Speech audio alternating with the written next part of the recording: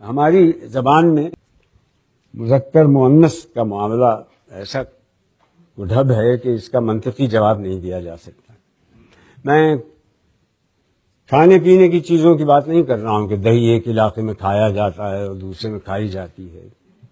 عام لفظوں کی بات کرتا ہوں. اسی چیز کو حقی صاحب نے ایک انتہائی لطیف طریقے سے ایک مضمون میں بیان کیا ہے. ایک لفظ درد اس مضمون کا عنوان ہے. میری چھوٹی سی بھتیجا تہمینہ نے ایک دن سوال کیا، چچا جان درد لڑکی ہوتی ہے یا لڑکا؟ میں نے کہا لڑکا. وہ بولی کیوں؟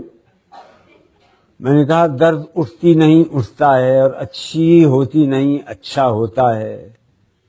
اس نے حجت کی کہ درد کو لڑکا کیوں کہتے ہیں؟ وہ شاید کہیں درد کو مؤنث بولتے سنائی تھی. میں نے کہا اس لیے کہ وہ شریر ہوتا ہے، تنگ کرتا ہے. لڑکیاں تو شرارت نہیں کرتی، وہ تو تکلیف نہیں پہنچاتی، آرام پہنچاتی ہیں نا. وہ بولی مگر تکلیف تو لڑکی ہے اور آرام لڑکا.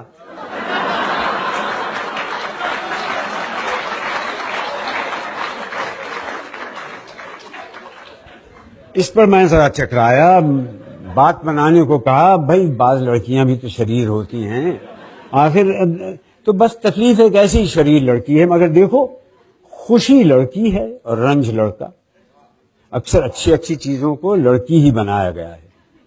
اس پر وہ کچھ سوچ میں پڑ گئی، پھر بولی اچھا تو ان چیزوں کو لڑکا اور لڑکی کون بناتا ہے؟ میں نے کہا بولنے والوں نے بنایا ہے، جیسے اللہ میاں نے کسی کو لڑکا کسی کو لڑکی بنا کر بھیج دیا ہے. کہنے لگی وہ تو اس لیے بناتے ہیں کہ بڑے ہوں گے تو ان کا بیاہ ہو جائے گا. تو کیا درد اور تکلیف کا بھی بیاہ ہو سکتا ہے؟ اس کی منطق میرے لیے خاصی ٹیڑھی کھیر بن گئی تھی. پہلے تو میں فقط ہنس دیا ذرا مہلت لینے کے لیے کہ کوئی نکتہ سوجھے تو اس کو کچھ بتاؤں. کچھ نہ کچھ تو مجھے کہنا تھا. میں نے کہا ہاں ہو سکتا ہے، بلکہ ہوتا ہے. جسمانی درد کا دلی تکلیف کے ساتھ جوڑ لگتا ہی ہے، دونوں ایک ہی ذات کے ہیں. تہمینہ پوچھنے لگی پھر کیا ان کے بچے بھی ہوتے ہیں؟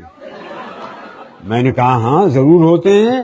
آہیں آنسو کراہیں سبکی سسکی.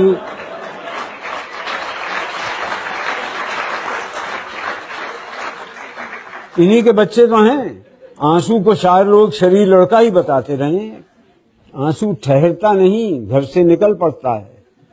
وہ بولی ٹھہریے ٹھہریے، ایک آنسو کو چھوڑ کر یہ تو سب لڑکیاں ہی لڑکیاں ہیں. آہیں کرائیں توبہ اف سسکی.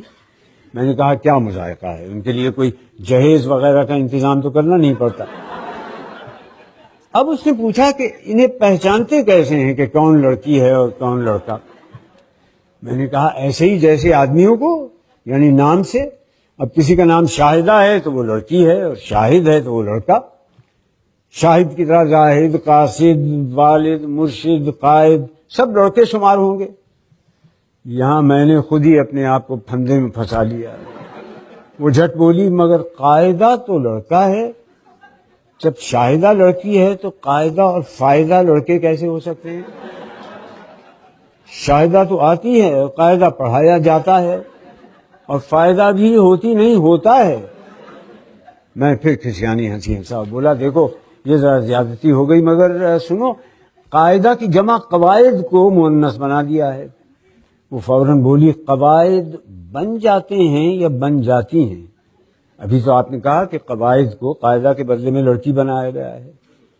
میں نے سنجیدگی قائم رکھنے کے لیے کہا مطلب یہ ہے کہ سن کر یا پڑھ کر اس کی آواز سے محسوس ہو جاتا ہے کہ لفظ مذکر ہے یا مؤنث.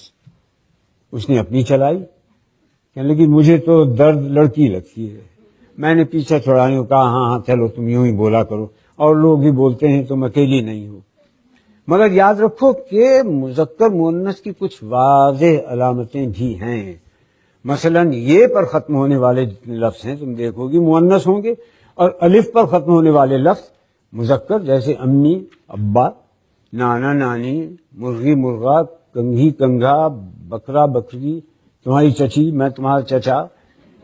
تہمینہ پھر سوچ میں پڑ گئی. بے حد حجتی واقع ہوئی ہے. بولی تو بھائی کو بھائی کہنا تو غلط ہوگا.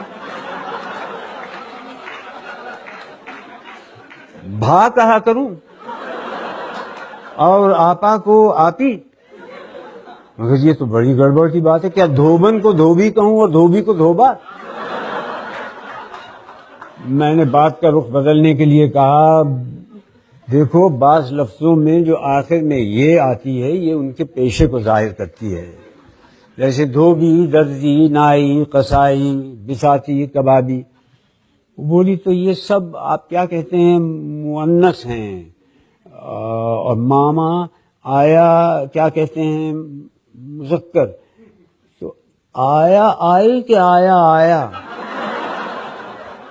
وہ پھندے پر پھندا ڈالتی جا رہی تھی. مجھے ضروری کام یاد آ گیا. میں نے کہا ابھی تمہیں یہ باتیں سمجھانا بہت مشکل ہے.